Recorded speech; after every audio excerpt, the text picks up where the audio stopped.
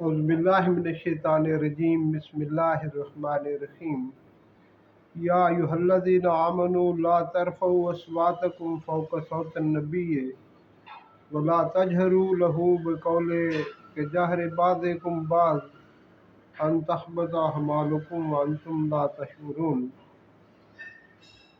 اے لوگوں جو ایمان لائے ہو، تم اپنی آوازیں نبی کی آواز سے بلند نہ کرو اور آپ سے اونچی آواز میں بات نہ کرو جیسے تم آپس میں ایک دوسرے سے اونچی آواز سے بات کرتے ہو، کہیں تمہارے اعمال برباد نہ ہو جائیں اور تمہیں خبر نہ ہو۔ سورہ حجرات کی یہ آیت نمبر 2 ہے اور وہ سلسلہ کلام کی جس میں اللہ سبحانہ و تعالیٰ ایمان والوں کو یا ایھا الذین آمنوا کہہ کر مخاطب فرما رہے ہیں۔ یہ آیت نمبر 68 ہے۔ میرے پیارو، جب ہم نے یہ سلسلہ شروع کیا یا ایھا الذین آمنوا کی آیات کا، تو ہم نے دیکھا کہ اس سلسلے میں قرآن حکیم کی سب سے پہلی آیت مبارکہ جس میں یا ایھا الذین آمنوا سے مخاطب کیا گیا، اس میں اللہ سبحانہ و تعالیٰ نے نبی علیہ الصلوۃ والسلام سے گفتگو کرنے کے آداب سکھائے۔ یعنی ایمان والوں سے سب سے پہلا جو مطالبہ کیا گیا وہ آداب نبوت کا ہے۔ یعنی آپ علیہ الصلوۃ والسلام کے بارے میں جب کوئی لفظ استعمال کرنا ہے تو وہ بھی خوب سوچ سمجھ کر۔ اور یہاں پر اس آیت کریمہ میں اللہ سبحانہ و تعالی ہمیں مزید آداب سکھا رہے ہیں، اور یہ آداب نہ صرف آپ علیہ الصلوۃ والسلام کی حیات مبارکہ کے لیے ہیں بلکہ یہ ہمیشہ کے لیے ہے۔ جس شخص کے دل میں ذرا بھی ایمان ہوگا، وہ آپ علیہ الصلوۃ والسلام کا نام مبارک آئے، آپ کا کلام مبارک آئے، آپ کی سنت آئے، آپ کی حرکت آئے، آپ کا سکون آئے، آپ کا اشارہ آئے، ہر ایک بات پر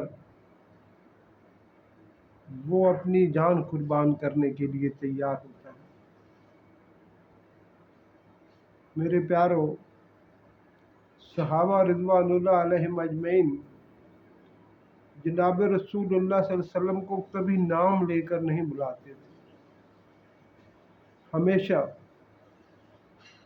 آپ کو اے اللہ کے نبی، اے اللہ کے رسول کہہ کر پکارتے تھے۔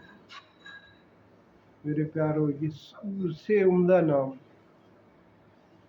یا رسول اللہ صلی اللہ علیہ وسلم یوں پکارتے اور ساتھ کہتے میرے ماں باپ آپ پر قربان۔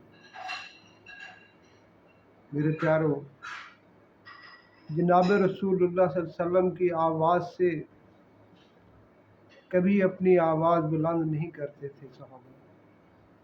ایک صحابی رضی اللہ تعالیٰ عنہ جن کی آواز قدرتاً اونچی تھی، جب یہ آیت نازل ہوئی تو کئی روز تک جناب رسول اللہ صلی اللہ علیہ وسلم کی خدمت میں حاضر نہیں ہوئے۔ آپ علیہ الصلوۃ والسلام نے دریافت فرمایا لوگوں سے، تو لوگوں نے بتایا کہ ان کی آواز اونچی ہے، اس لیے وہ آپ کی مجلس میں حاضر نہیں ہوتے۔ آپ علیہ الصلوۃ والسلام نے انہیں استثناء عطا فرما دی کہ ان کی آواز قدرتاً اونچی ہے، لیکن صحابہ کے دل میں مقام کیا تھا؟ جناب رسول اللہ صلی اللہ علیہ وسلم کا۔ میرے پیارو، صلح حدیبیہ کے موقع پر جب جناب رسول اللہ صلی اللہ علیہ وسلم نے ایسا معاہدہ تحریر فرمایا کہ جسے کوئی عام آدمی پڑھ کر یہ سمجھتا ہے کہ یہ تو سارے کی ساری شکیں مشرکین کے حق میں ہیں، حضرت عمر رضی اللہ تعالیٰ عنہ سیدنا ابو بکر رضی اللہ تعالیٰ عنہ سے عرض کرتے ہیں کہ یہ کیسا معاہدہ ہے جس میں ساری ہی شکیں مشرکین کے حق میں ہیں اور ہمارے خلاف ہیں۔ تو سیدنا ابو بکر رضی اللہ تعالیٰ عنہ عرض کرتے ہیں، اے عمر،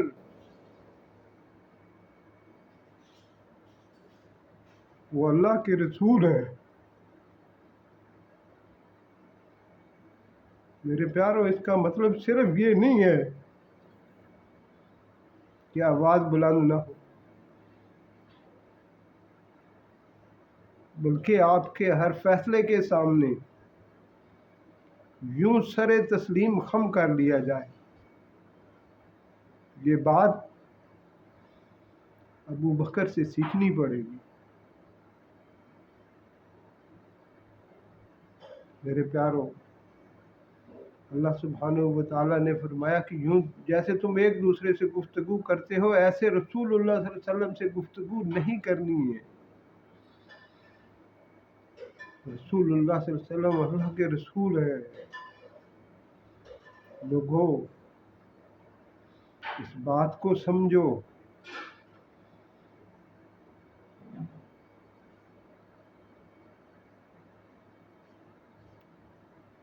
اللہ سبحانہ و تعالیٰ فرما رہے ہیں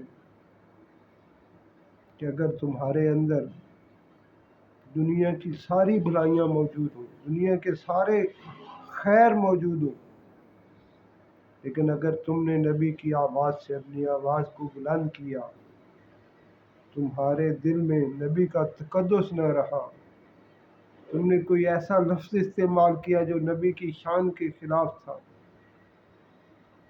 تو یاد رکھو تمہارے سارے اعمال برباد ہو جائیں گے اور تمہیں اس بات کی خبر نہ ہوگی، تمہیں اس بات کا شعور دے گی۔ اللہ سبحانہ و تعالیٰ ہمیں آداب نبوت کو سمجھنے کی توفیق عطا فرمائے اور اس پر عمل پیرا ہونے کی توفیق عطا فرمائے۔ آمین، آمین، آمین۔